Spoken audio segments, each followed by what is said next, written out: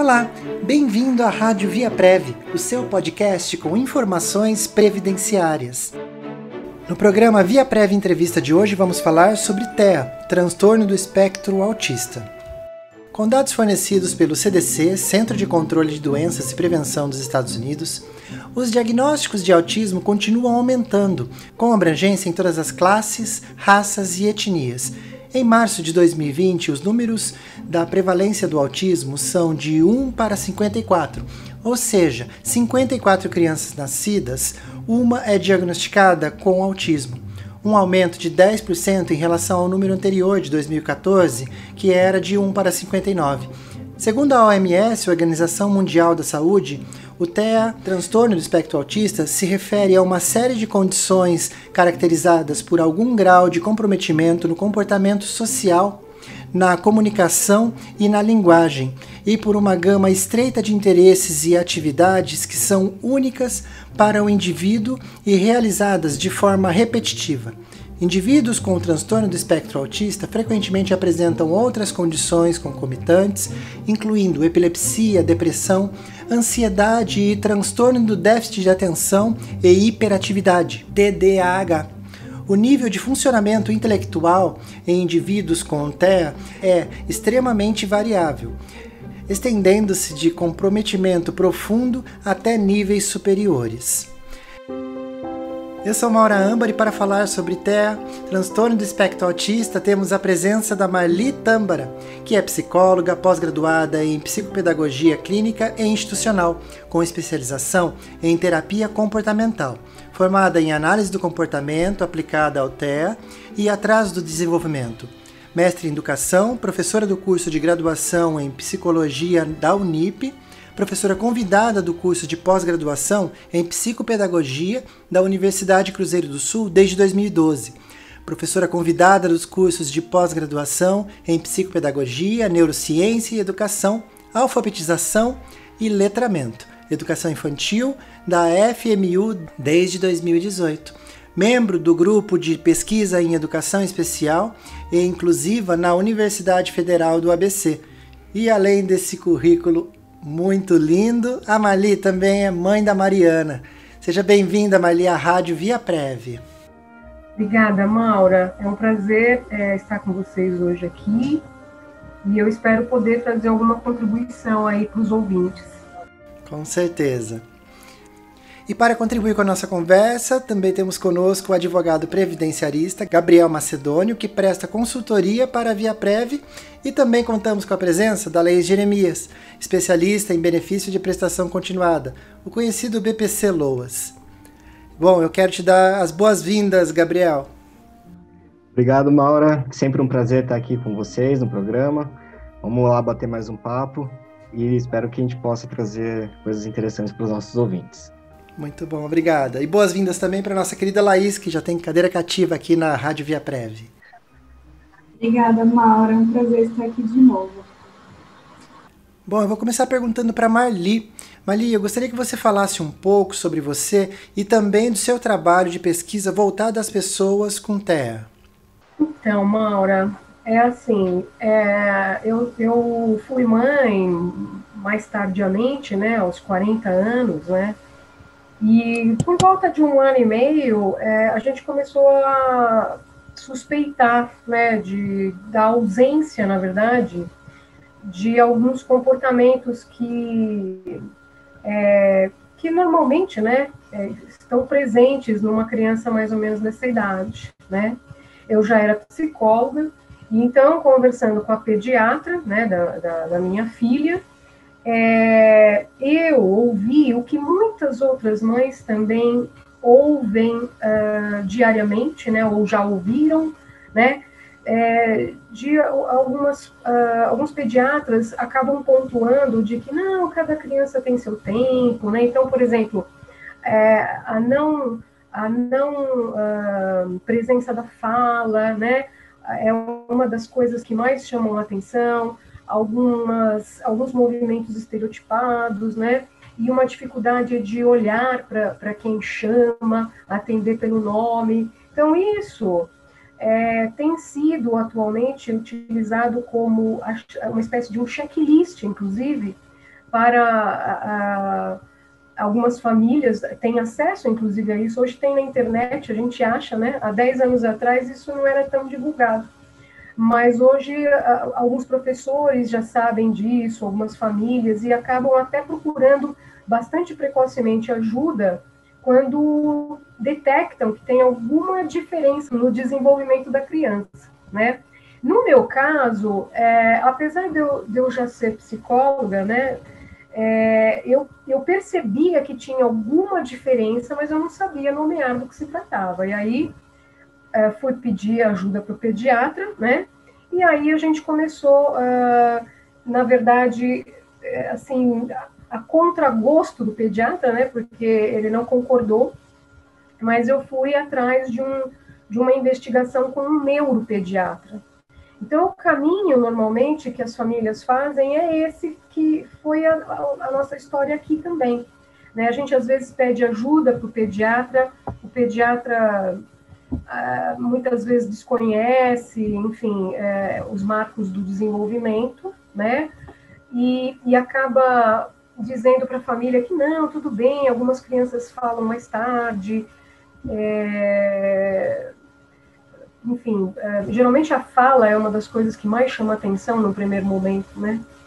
Mas o que a gente deve fazer, mesmo assim, não sendo a mesma opinião do pediatra da criança, a gente precisa ir procurar um neuropediatra que seja, de preferência, um especialista na área de autismo, por exemplo, né?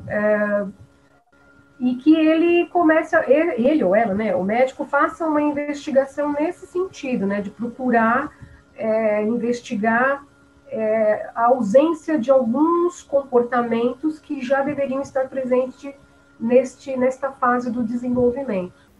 Ou seja, naquele momento que eu começo a ter dúvida se meu filho ou se minha filha está no espectro autista, né, o primeiro passo já é tentar conversar com o pediatra, né, e como você trouxe, também trouxe a sua história, quer dizer, além de profissional que cuida dessa área, você também vivencia na sua família a realidade, porque a sua filhinha, a Mariana, ela está no espectro autista, certo? Maura, a gente vê hoje, a minha história é muito parecida com a de muitas outras mães. Muitas mães estão indo estudar, né, quando tem o diagnóstico, a confirmação, né, de uma suspeita, e isso se confirma por uma investigação médica, né, que é feita pelo neurologista infantil, né, com a assessoria, muitas vezes, de outros colegas de outras áreas. É uma equipe multidisciplinar que participa, muitas vezes, dessa avaliação.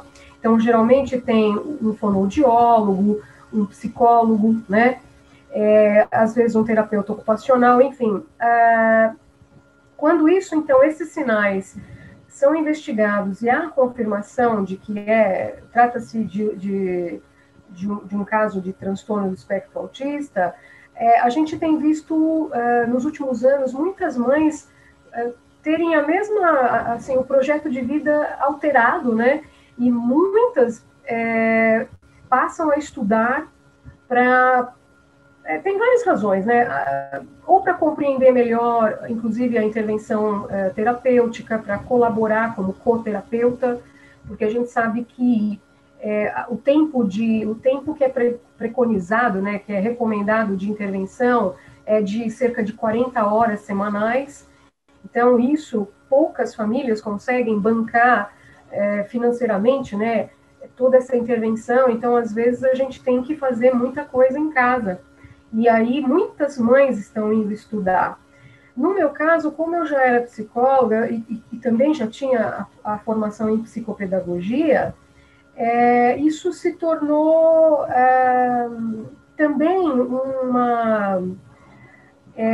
como é que eu diria, um trabalho, né? E isso também acontece com outras mães. Tem muitas mães que se tornaram terapeutas, atendem, são especialistas. Então, eu tenho colegas que são fisioterapeutas, que são mães de criança autista, enfim. Tem muitas psicólogas, tem muitas mulheres que foram estudar pedagogia. Então, isso acaba mudando o projeto de vida de muitas dessas mulheres, né? E assim, para mim, e para essas outras mulheres, tantas outras mulheres, isso também facilita, né, a compreensão, a interação com o próprio filho, né? Então, você indo estudar para ajudar mais a intervenção com o seu filho feito por outra pessoa, ou também para você se tornar um terapeuta. Então, em ambos os casos, a gente tem visto mulheres indo estudar. Legal. Deixa eu aproveitar esse gancho que você trouxe, bem a questão da mulher, né? E eu me lembrei da nossa reunião de pauta que você falava das mães especiais, né? Que mostra a desvantagem das mulheres diante da situação de terem filhos no espectro autista. Conta pra gente, como que é essa realidade? Por que a mulher fica em desvantagem em relação ao homem quando descobre que tem um filho ou uma filha no espectro autista? Na verdade, Maura, eu vou voltar só uma coisinha para engatar nessa resposta. Quando eu disse de procurar um neurologista infantil ou qualquer outro colega, né, da área de saúde, a gente às vezes não sabe exatamente qual é o diagnóstico, como foi meu caso aqui. Eu sabia que havia um atraso no desenvolvimento e quem fechou o diagnóstico foi o médico.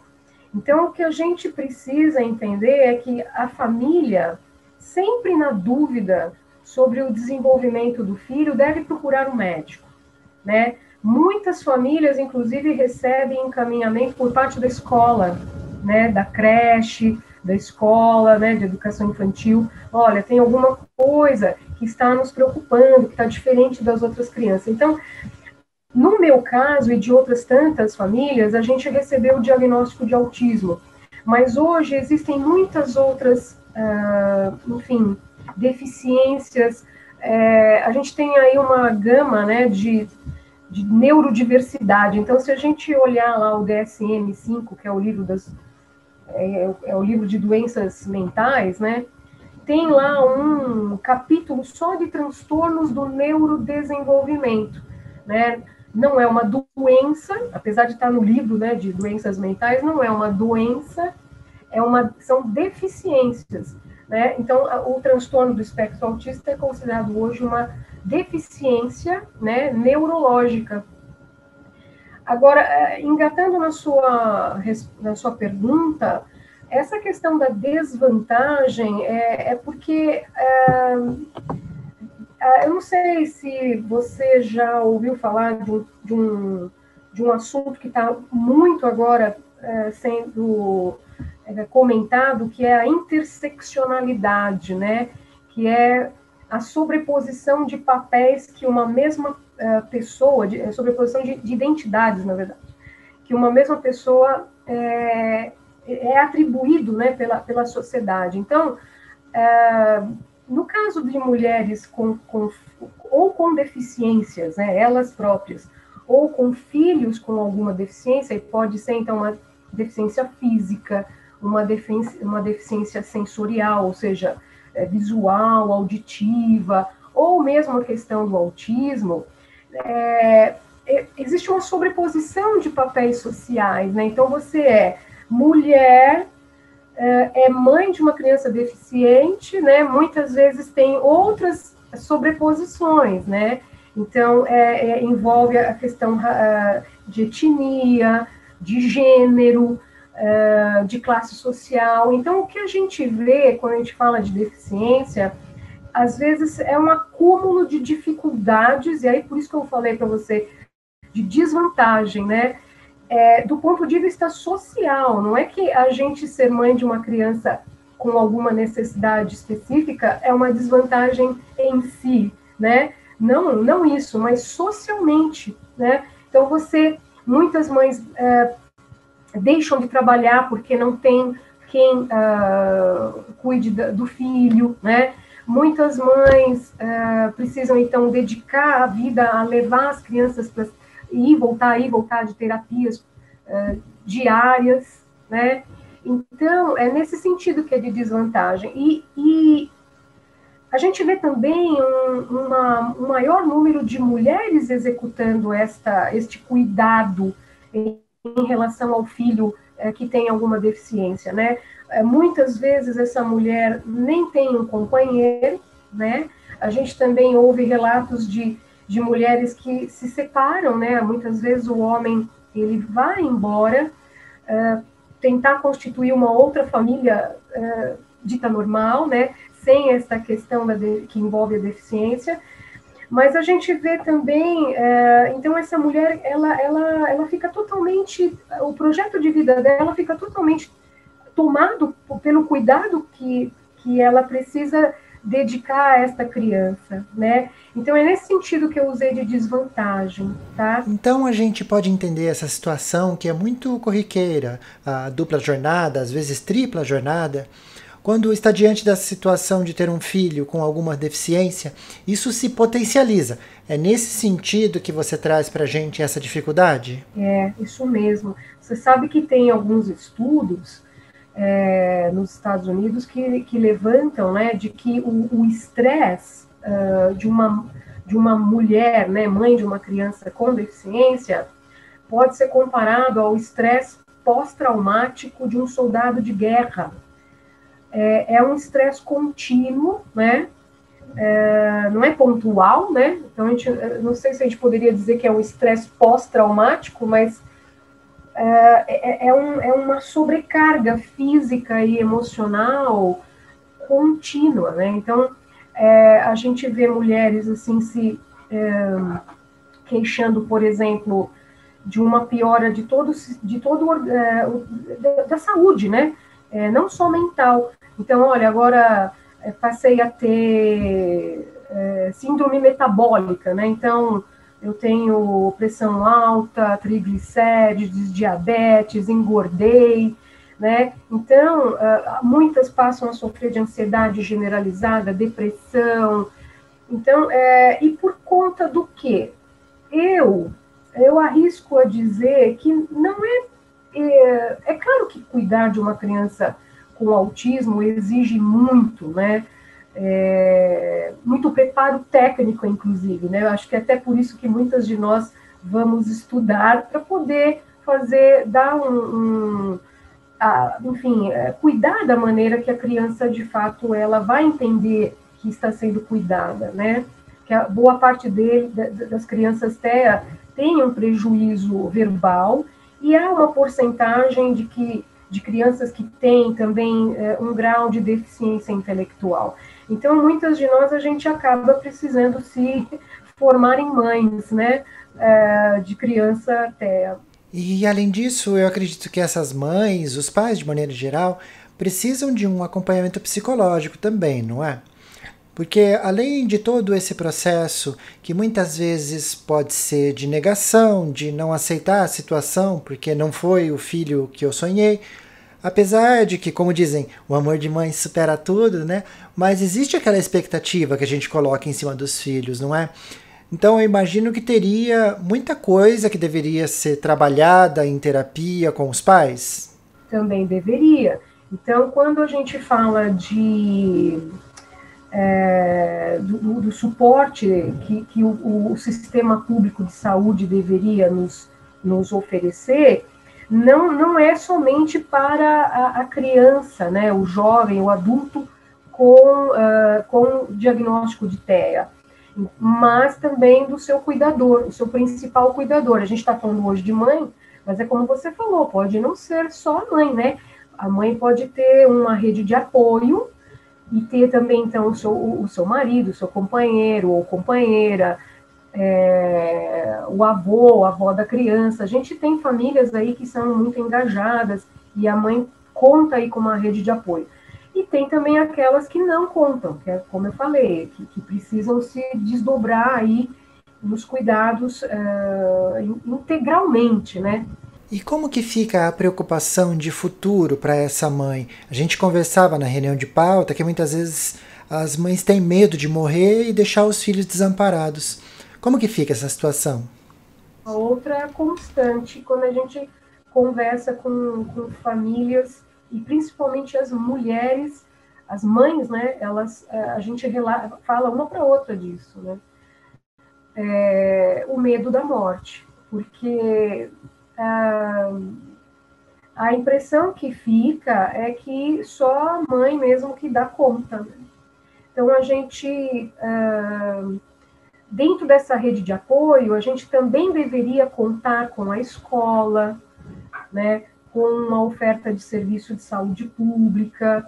Quando essa criança terminasse a etapa da escola básica, deveria ter, né, e está previsto em lei, eu acho que agora o Gabriel e a Laís vão nos ajudar com isso, mas assim, a lei, as leis, né, o conjunto de leis brasileiras em relação à inclusão, inclusive a parte educacional, ela é muito bonita, muito bem elaborada e todas de acordo, né, com os principais eventos mundiais que vem acontecendo desde a década de 90 e que o Brasil é signatário, né, desses eventos mundiais.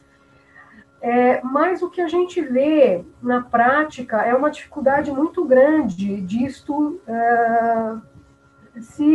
de fato, se efetivar. Então, a gente vê famílias com dificuldades com escola, famílias com dificuldade com o sistema público de saúde, quando usa, né, o CAPS, o CAPSI, famílias com dificuldades com os planos de saúde, né, quando tem acesso a um plano de saúde. A gente tem visto pessoas, como é que fala? Processando, né? Processando o plano para ter um acesso a... Lembra que eu falei lá das tais 40 horas de intervenção semanais?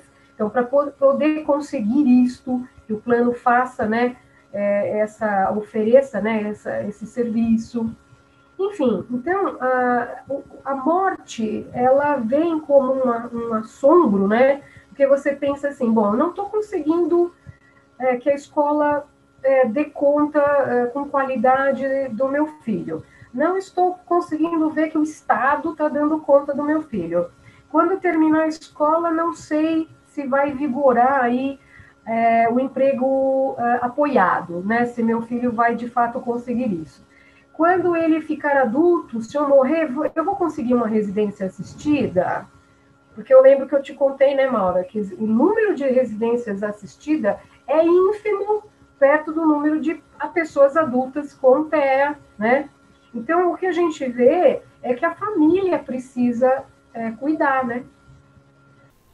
Então, Marli, daí a ideia de o governo investir no SUS, né, no CAPS, é de extrema importância para essas famílias que, em sua maioria, não têm um plano de saúde e muito menos condições de pagar por um serviço de saúde particular?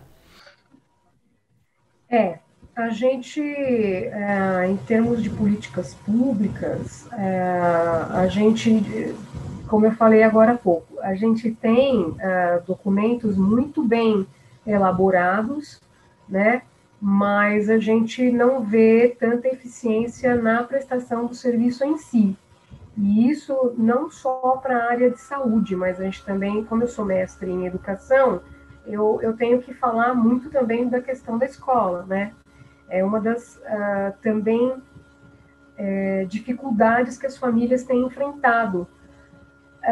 Aí é interessante que o que a gente está vendo em termos de escola, de escolarização, é um abandono muito precoce, né, das crianças com diagnóstico de autismo, porque elas não conseguem acompanhar, né, a proposta pedagógica, e as escolas estão tendo muita dificuldade, né, várias dificuldades, né, as dificuldades variam, né, desde infraestrutura, ou seja, da adaptação, né, do prédio mesmo, né, para as diferentes deficiências, até a formação, né, a qualificação do profissional, do professor, né, que está em sala de aula.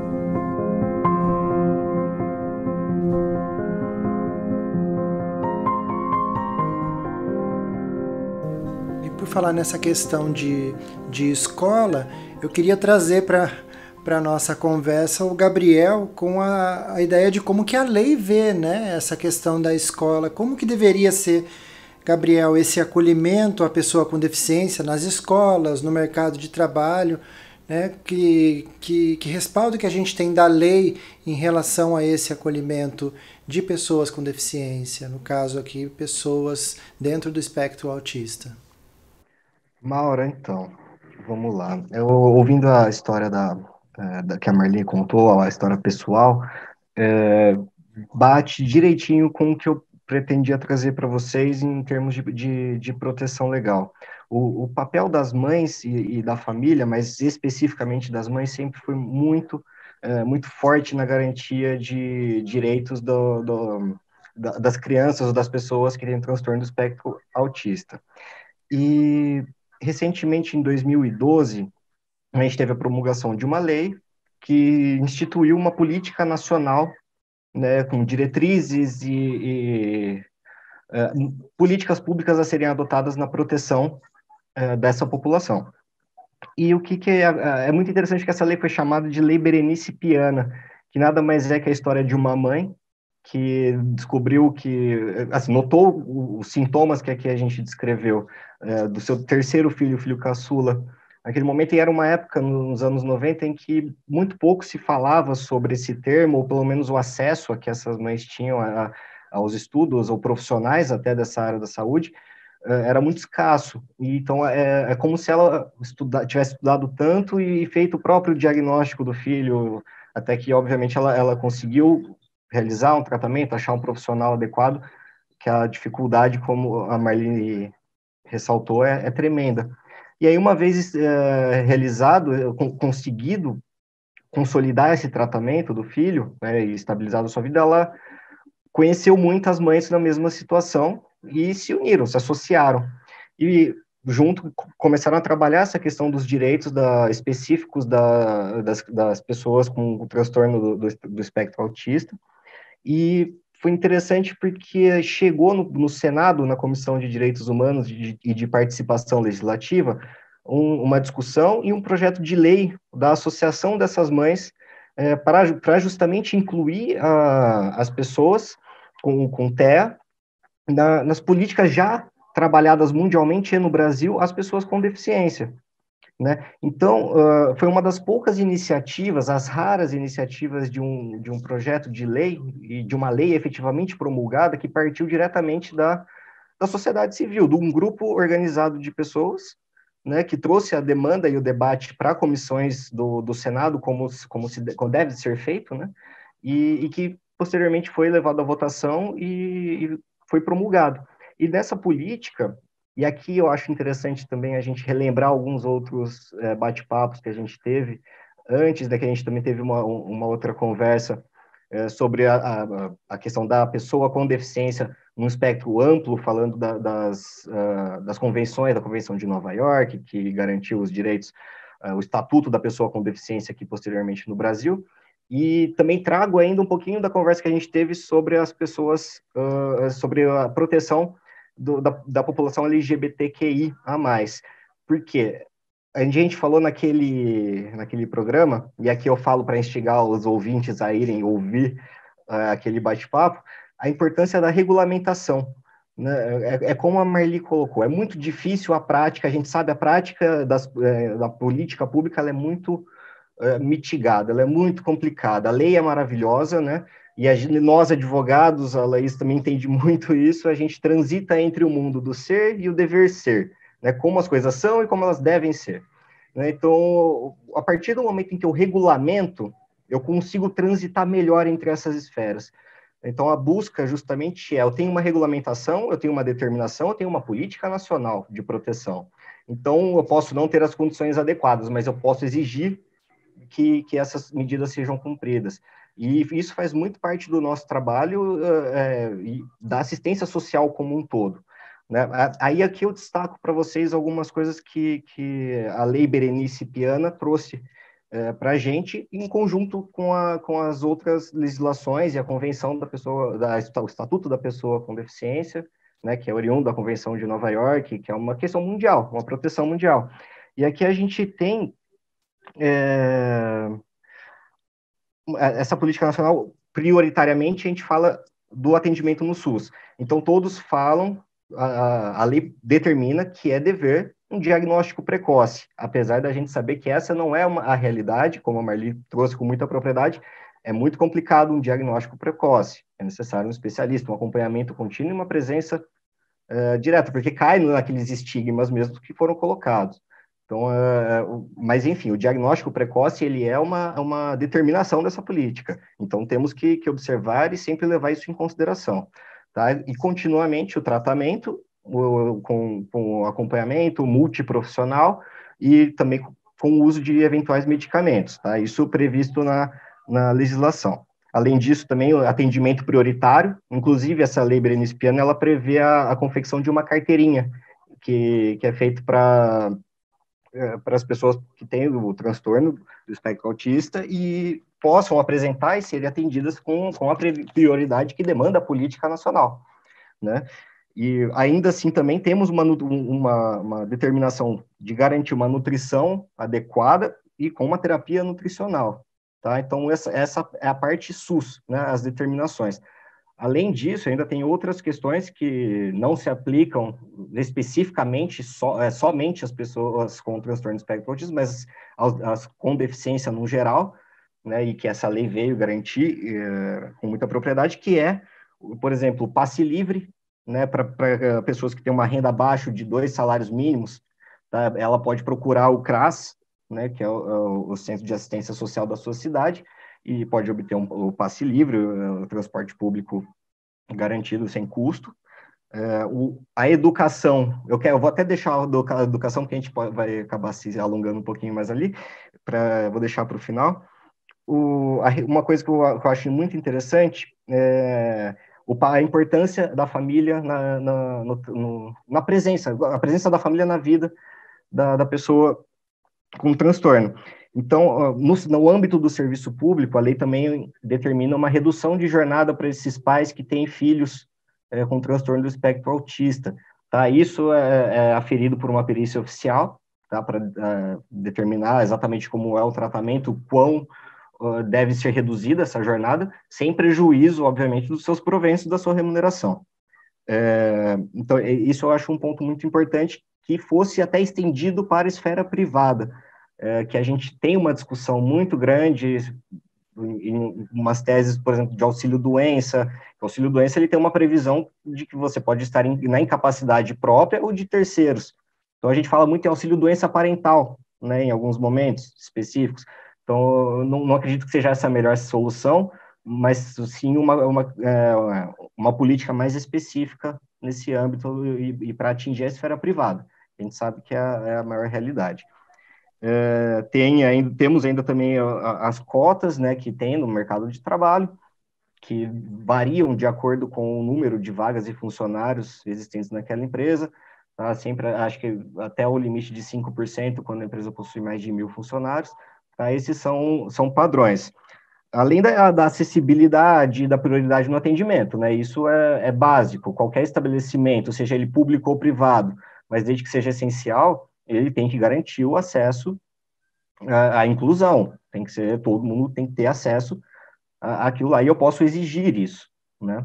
E aí eu entro na escola. No campo da escola, que é o principal problema, que é onde a criança, quando não está com a família, vai estar na escola e demanda sua atenção em tempo integral, até para a mãe poder se dedicar, a mãe, a família, né, poder se dedicar às outras questões que envolvem a dinâmica. É assegurado pela lei um atendimento educacional especializado, obviamente, inclusive com um acompanhante especializado, com formação comprovada, tá? E isso não pode ser negado, mas a gente sabe que não acontece. E aí é o que eu ressalto do ponto da regularização. A partir do momento que a gente tem uma lei que assegura esse direito, eu como advogado, eu consigo representar uma pessoa e exigir que isso seja cumprido. Agora, uma coisa é o ser, outra coisa é o dever ser, né? Mesmo com decisões judiciais, e a gente verifica isso agora na pandemia da Covid, eu posso entrar com uma medida para buscar um leito de UTI, mas quem me garante que tem, né? E quantas são aí a gente entra num dilema social muito grande. Mas no caso ainda da escola, todas elas têm que garantir acessibilidade, e no caso específico, não só das pessoas com transtorno de espectro autismo, mas todas aquelas que necessitam de ter um acompanhamento especializado. Tá? Tem que ter a estrutura básica, tem que seguir todas as diretrizes do Ministério da Educação, e não são poucas. Tá? Então, a realidade a gente sabe que não funciona tão bem assim, mas eu posso exigir. Isso é muito importante no Estado democrático de direito. Apesar de não funcionar, a gente consegue fazer com que elas sejam cumpridas da melhor maneira que é possível. É bastante coisa, hein, Gabriel? Marli, você quer complementar isso diante da sua experiência? Eu gostaria, essa fala do Gabriel é muito, assim, potente, né?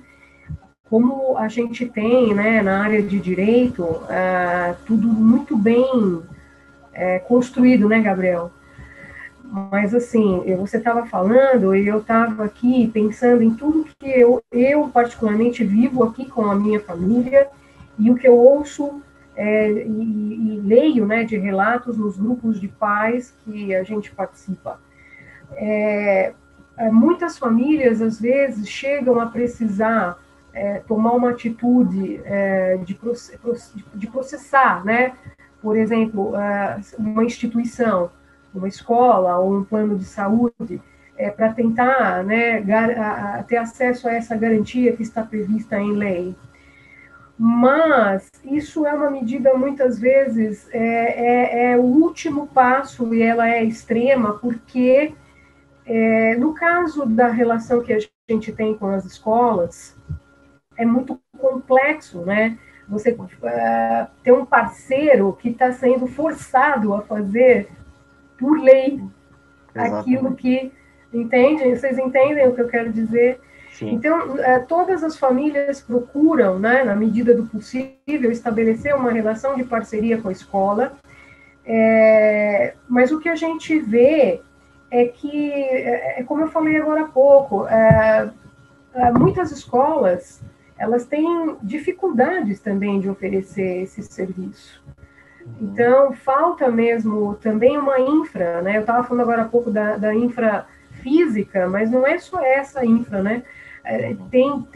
A gente tem uma questão de mentalidade também, né? Então, assim, na história da deficiência, a gente tem muitos historiadores que têm escrito, e é muito legal a gente ler isso para a gente poder entender o que a gente vive hoje, né?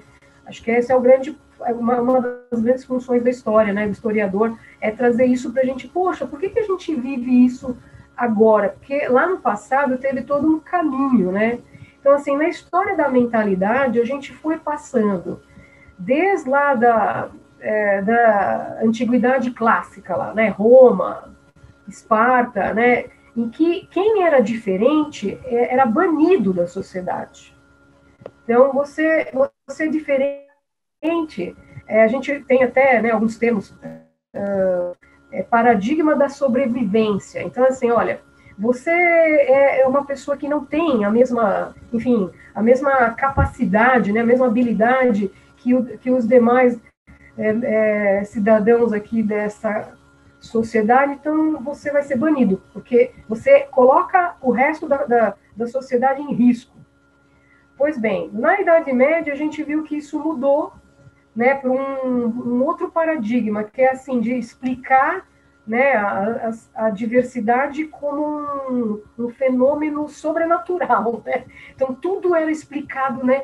É o demônio, né? Você, né? Então, assim, com a questão do cristianismo, a gente vê um outro movimento, né? Que a Igreja Católica passa a acolher aquele que é diferente, né? Vem ficar aqui. Então, segrega, né? Segrega do resto da sociedade, mas não é mais banido, assim, eliminado, né? Executado do resto da sociedade. Eu vou cuidar, né? Então, a gente ainda tem restos disso, né? A gente tem ainda instituições que são não só religiosas, mas, enfim, que são assistencialistas, né? Que assumem os cuidados, acolhem as pessoas, e a gente vê isso muito na história da saúde mental, né? Tanto é que esse movimento que o Gabriel fez um apanhado, uma síntese, tem muito a ver também com o movimento global, a luta antimanicomial, né? Vamos acabar com a segregação, né? Então, aqui o Brasil, como eu disse, a gente é signatário e procura pôr em prática, né, tudo que globalmente vai havendo aí de mudanças, de tentativas de mudanças de paradigma.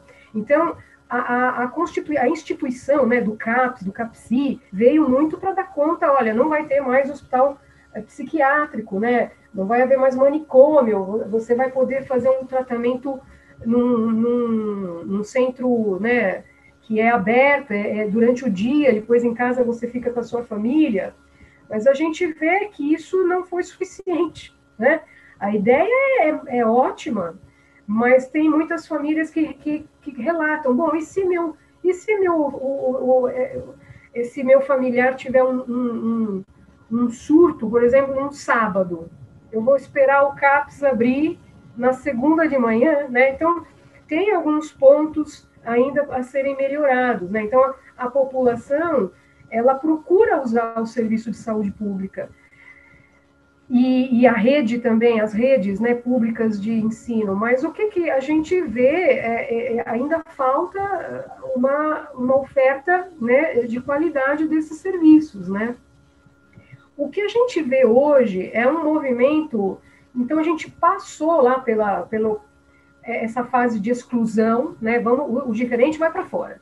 A gente passou pela fase de segregação, né? Então, institucional, que é assim, então vem ficar aqui, né, dentro né, da instituição.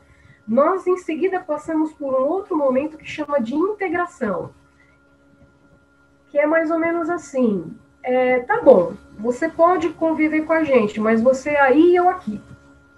Então, ainda né? Então, dentro da escola, seriam as classes especiais, né? Dentro das escolas regulares. E o que a gente vem, desde a década de 90, buscando construir é um outro paradigma que universalmente, né, foi chamado de paradigma da inclusão, que é assim, ó, e que tem a ver com todas essas leis que o Gabriel falou, né? A de 2015, principalmente, que é a Lei Brasileira de Inclusão, né? Que é assim, ó, a pessoa com deficiência tem direito, todos os direitos civis são garantidos. Então, você direito de ir e vir, de participar da vida social, de casar, né? Vocês vão me corrigindo se está certo, tá? Mas, enfim, é um cidadão, né? Uhum. É ousado isso, né? A gente tem que mudar também uma forma de compreender que, assim, não é a pessoa com deficiência ou diferente, por qualquer outro critério aí, né? Que tem que se moldar à sociedade. É a sociedade que tem que se adaptar a este cidadão. Então, por exemplo, isso é totalmente contrário ao paradigma anterior, que é o paradigma médico, né, da normalidade, que a gente viveu muito isso. Então, assim, que é o do consertar, que até a gente usava muito um termo assim, centro de reabilitação, né? Então, você reabilitava, quer dizer, você perdeu sua habilidade, você vai ser reabilitado. Então, por exemplo, colocar uma prótese, fazer um tratamento, assim, para você ir correndo atrás, né? Você tem que entrar na norma, né? Você está fora da norma, você tem que entrar na norma. Hoje, a gente tem, sim, uma preocupação em fazer intervenção precoce, que o Gabriel falou, tem muito, muito. Cada vez que a gente consegue detectar mais precocemente qualquer questão de atraso de desenvolvimento em uma criança, mais cedo a gente consegue planejar uma intervenção terapêutica e pedagógica. mas isso não tem a finalidade de corrigir o rumo, sabe assim? Vou colocar você de novo na norma. Não, é porque é direito, é para ter uma melhor qualidade de vida, tanto para esta pessoa quanto para a sua família, né? Então, é outro paradigma. E também por isso que as escolas foram incluídas nisto como um celeiro de gerações futuras, em que as crianças possam ter viver sobre outro paradigma. Então, poder ter junto na sua classe, né, um colega que é diferente de você. A gente hoje está falando muito de deficiência, mas eu trabalho com escola inclusiva, a gente fala de tudo. É uma criança com outra religião, é uma criança de outra etnia, é uma criança, agora tem a questão de gênero, né? É uma criança com outra, enfim, é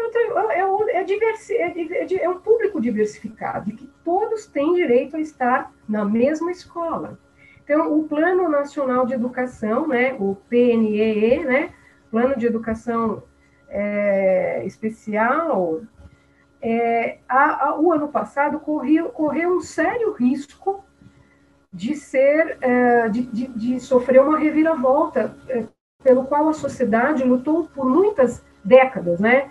Ou seja, o governo atual fez uma proposta de uma alteração em que voltariam as escolas especiais, né? Então, a área de educação, veja, a gente está falando um pouco das dificuldades das escolas, mas muitas escolas, muitos educadores compartilham da escola inclusiva, tá? A gente sabe que tem dificuldades, mas muitos educadores entendem que o lugar da criança, todas as crianças, é na escola regular, né? Então, assim, é uma mudança de mentalidade. Então, quanto mais a gente puder estimular, né, fomentar essas novas gerações, esse é um plano de longo prazo, né? A gente vai ter lá na frente pessoas que vão pensar, elas vão olhar talvez para a gente vai ser velhinho, né? Se Deus quiser, eles vão olhar para a gente e falar assim, nossa, mas um dia foi diferente disso? Por quê? Né? Vai ser assim, nossa, puxa, que louco, né? Como também é louco hoje a gente olhar para trás e pensar que lá na época, né, da antiguidade, uma pessoa leprosa era colocada para fora da cidade. Era outra ética. Então, a gente tem uma questão moral, né, uma questão legal muito bem construída, mas a gente tem uma questão ética ainda para ser trabalhada, né, de uma mudança de mentalidade. Desculpa se eu me alonguei, Maura. Foi uma aula aqui para a gente, para os nossos ouvintes, mas eu queria deixar aqui a frase que você colocou. Não é a pessoa com deficiência que tem que se adaptar à sociedade, mas sim a sociedade que tem que se adaptar à realidade da pessoa com deficiência. Isso é grandioso, né? Isso é humano, isso deixa o nosso coração quentinho, né?